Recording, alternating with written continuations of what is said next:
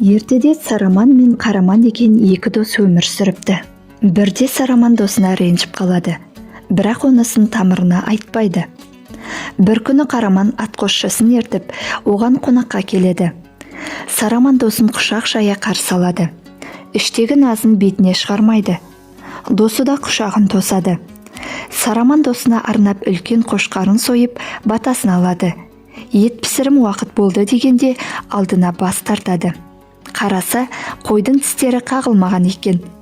Досы оны байқамайды. Етін жеп, қымыз ішіп, арқа-жарқа болып үйіне қайтады.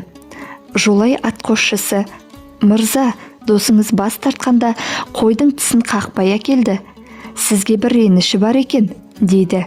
Бай шошып кетіп: «Қалайша, реніші болса бас тартып сыйламас еді», деп жауап береді.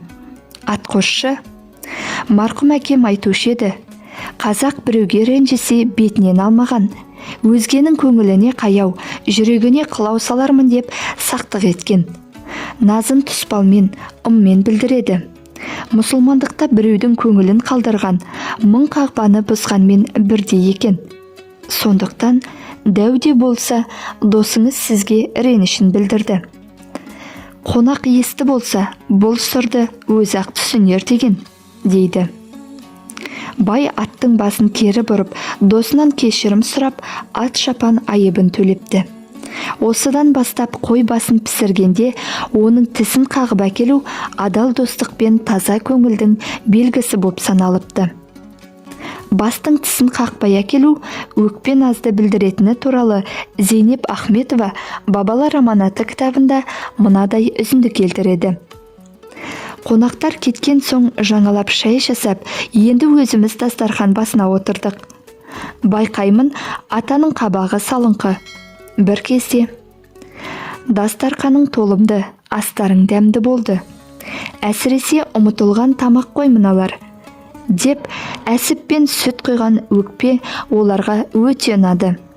Бірақ соның бәрін сен жіберген 4 қателік жуып кетті. Қонақтар оны байқады-байқамады дей алмаймын.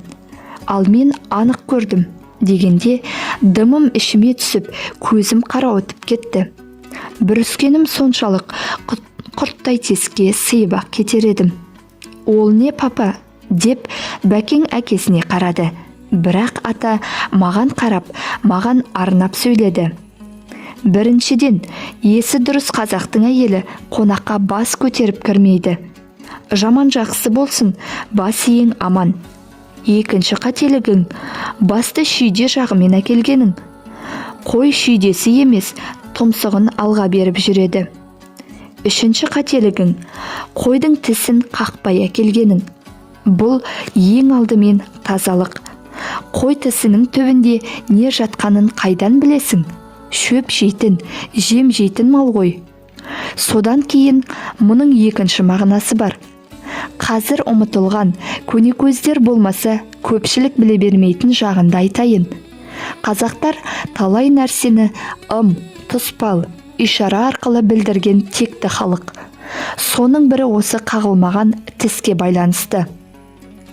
Сыйласып жүрген екі адамның біреуі әлденеге ренжіп, бірақ соны сөз көбейер деп айта алмай жүрсе, өзі ренжіп жүрген адамы үйіне келгенде етпен бірге алдына тісі қағылмаған басты қояды. Сонда бас ұстаған адам: «Мынаның ішінде маған деген бір қыжылы бар екен, тісін басып жүріпті-ау», деп ұға қояды. Ары қарай реніштің түйінін шешіп, түсінуге бет түзейді. Ал 4-ші қателігің, басты қасқаламай әкелгенің. Талайлар мұның мәнін ұқпайды. Ол 4 құбылаң тең болсын, маңдайың ашық болсын деген ізгі тілек.